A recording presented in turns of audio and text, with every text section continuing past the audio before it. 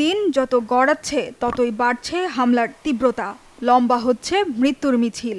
এরই মধ্যে হুট করে সহিংসতার কালো মেঘের আড়ালে উকি দিচ্ছে এক টুকরো আশার আলো। পাল্টাপাল্টি হামলার মধ্যেও সমঝোতায় আগ্রহী ইরান ও আমেরিকা দুই পক্ষই। এ প্রসঙ্গে ইরানের পররাষ্ট্র মন্ত্রণালয়ের মুখপাত্র ইসমাইল বাঘাই জানিয়েছেন, যুক্তরাষ্ট্রের সাথে আলোচনার পথ খোলা আছে। একই সুর মার্কিন পররাষ্ট্রমন্ত্রী মার্কো রুবিওর কণ্ঠেও। এমন পরিস্থিতিতে প্রশ্ন উঠেছে, যুদ্ধ থামাতে আবারও কি কূটনীতির টেবিলে ফিরতে যাচ্ছে তেহরান? এবার বিশ্বাস রাখতে পারবে কি ওয়াশিংটন?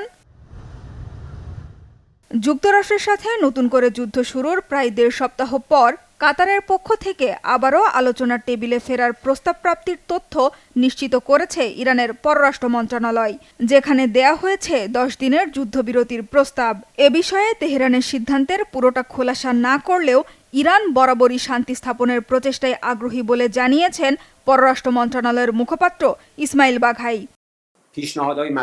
মধ্যস্থতাকারীরা উত্তেজনা বৃদ্ধি রোধে কাজ করছেন। ইরান ও যুক্তরাষ্ট্রকে প্রতিরোধ করতে কঠোর চেষ্টা চালিয়ে যাচ্ছে। আমাদের সশস্ত্র বাহিনী যখন বিপুল শক্তি দিয়ে মার্কিন আগ্রাসনকে গুড়িয়ে দিচ্ছে, তখন মধ্যস্থতাকারীদের মাধ্যমে শান্তি প্রস্তাব আসতে শুরু করেছে। এই মুহূর্তে বিস্তারিত কিছু বলবো না। ইরানের মতোই আলোচনায় ফেরার প্রস্তাব পাওয়ার বিষয়টি জানিয়েছেন মার্কিন পররাষ্ট্রমন্ত্রী মার্কো রুবিও। জানান, ইরানে হামলা অব্যাহত থাকলেও ট্রাম্প প্রশাসন আলোচনার মাধ্যমে সমঝোতায় পৌঁছাতে আগ্রহী। যদিও খোদ মার্কিন প্রেসিডেন্ট ডোনাল্ড ট্রাম্পের কণ্ঠে ভিন্ন সুর। গত ১০ দিনে ইরানের হামলায় অন্তত ৪ মার্কিন নাগরিক নিহত হওয়ায় কঠিন প্রতিশোধের হুমকি দিয়েছেন তিনি। তার নির্দেশে এরই মধ্যে ইরানে বেড়েছে হামলার তীব্রতা।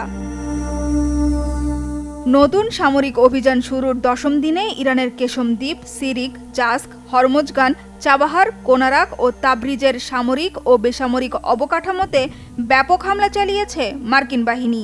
ক্ষতিগ্রস্ত হয়েছে ইরানের বেশ কয়েকটি বিদ্যুৎ কেন্দ্র আর পানি শোধনাগার। পাল্টা জবাব কড়াই গণ্ডাই বুঝিয়ে দিচ্ছে খামেনির দেশও। ইরানের বেসামরিক অবকাঠামো লক্ষ্যবস্তু করার পর থেকেই মধ্যপ্রাচ্যে বিভিন্ন দেশে থাকা মার্কিন বিমান ঘাঁটির পাশাপাশি দেশগুলোর বিদ্যুৎ ও পানি শোধনাগারেও হামলা চালাচ্ছে তেহরান। সবশেষ মার্কিন হামলার জবাবে কুয়েত, বাহরাইন ও জর্ডানে ব্যাপক আকারে মিসাইল আর ড্রোন হামলা চালিয়েছে ইরানের বিপ্লবী গার্ড বাহিনী IRGC।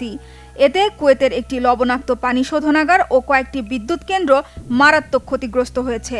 এসব হামলায় বাড়ছে মার্কিন সেনা হতাহতের সংখ্যাও।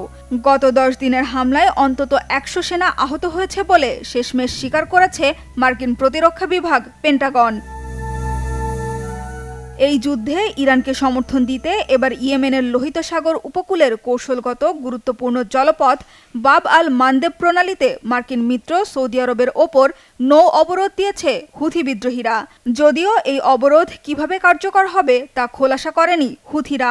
হরমুজের মতো বাব আল মানদেব প্রণালীও অবরুদ্ধ হয়ে পড়লে নতুন করে হুমকিতে পড়বে বৈশ্বিক জ্বালানি সরবরাহের আরও ৭%, যেখানে হরমুজ দিয়ে সরবরাহ করা হয় বিশ্বের মোট জ্বালানি রপ্তানির 25%। সানজিদা ইসলাম তন্নি, বাংলাভিশন নিউজ ডেস্ক।